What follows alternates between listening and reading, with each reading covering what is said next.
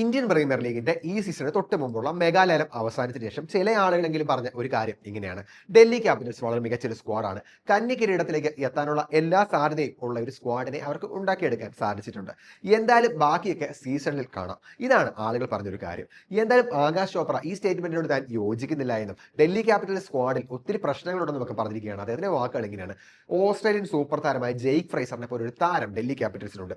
കഴിഞ്ഞ സീസണിൽ 330 റൺസ് അവൻ അടിച്ചു കൂട്ടിയതാണ്. എന്തായാലും അതിനുശേഷമുള്ള അവന്റെ പ്രകടനം നോക്കുക, അവൻ വളരെയധികം നിരാശപ്പെടുത്തി. വളരെ പേടിച്ചാണ് അവൻ കളിക്കുന്നത്. അവനെ പോലെ ഒരു താരം ഇപ്പോൾ ടീമിന് ശരിക്കും ദൗർബല്യമാണെന്ന് ഞാൻ പറയും. അതുപോലെ ഡൽഹി ക്യാപിറ്റൽസിന്റെ മധ്യനിര അല്ലെങ്കിൽ ഫിനിഷിംഗ് ലൈനിലേക്ക് വന്നാൽ അവിടെ നിയന്ത്രിക്കുന്ന ഇന്ത്യൻ താരങ്ങളാണ്.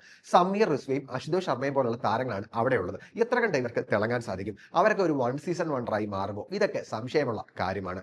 അതുകൂടാതെ ബോളിംഗിലേക്ക് വന്നാൽ മുകേഷ് കുമാറിന്റെ കാര്യത്തിലും എനിക്ക് ചില സംശയങ്ങളുണ്ട്. അവന്റെ ഫോമിലും ഇടിവ് സംഭവിച്ചിട്ടുണ്ട്. അതുപോലെ മോഹിത് ശർമ്മ, അവന് പറ്റിയ ഒരു മണ്ണല്ല ഡൽഹിയുടേത് എനിക്ക് തോന്നിയിട്ടുണ്ട്. എന്തായാലും എല്ലാം കൂടി നോക്കുമ്പോൾ ഡൽഹി ക്യാപിറ്റൽസ് സ്ക്വാഡ് അത്ര ശക്തമായി എനിക്ക് തോന്നുന്നില്ല. ഇതാണ് ചോപ്ര പറഞ്ഞ വാക്കുകൾ. എന്തായാലും മികച്ചൊരു സ്ക്വാഡിനെ തന്നെ ഡൽഹി ക്യാപിറ്റൽസ് ഉണ്ടാക്കി എടുത്തിട്ടുണ്ടെങ്കിലും താരങ്ങളുടെ നിലവിലെ ഫോം അവർക്ക് ആശങ്കയുണ്ടാക്കുന്ന ഒരു വസ്തുത തന്നെയാണ്.